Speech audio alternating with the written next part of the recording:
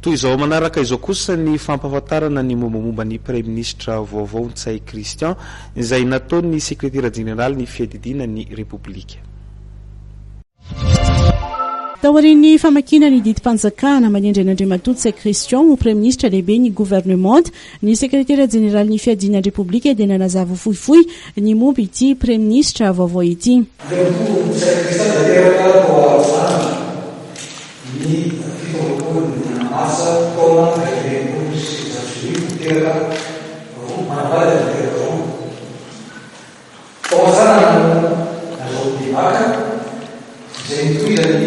Teni all'Università d'Anrico, che è la sua licenza e scienze economiche dall'editore di Manufactura Cesarif.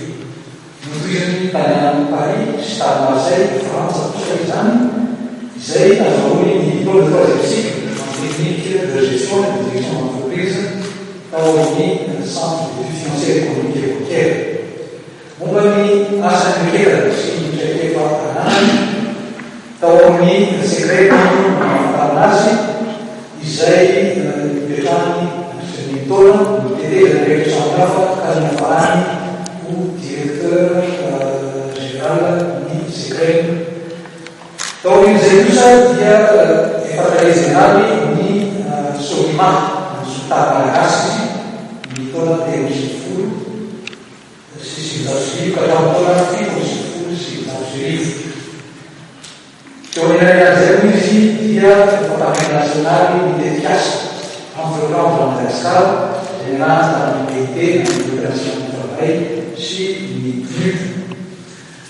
e fa fluire che per tutti con la Madagascar non sapeva sanno di Saltan, quindi 7 anni, di ton, anzi se non anni di e fa Consiglio Nazionale Internazionale dell'Indonesia, l'anno di au mondiale, l'UNFPA, l'UNPM, si arriva a essere internazionale in più, di Rio, di Rio. Mi torna a Florif, facciamo terrore fisica, direi fa missione di Sant'Anni, Florif, che non anda in Madagascar.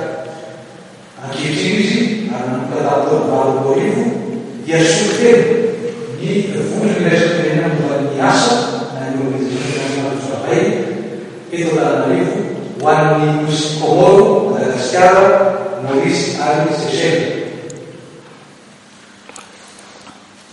Ma fede di Madagascar quasi, dei francesi e dei inglesi.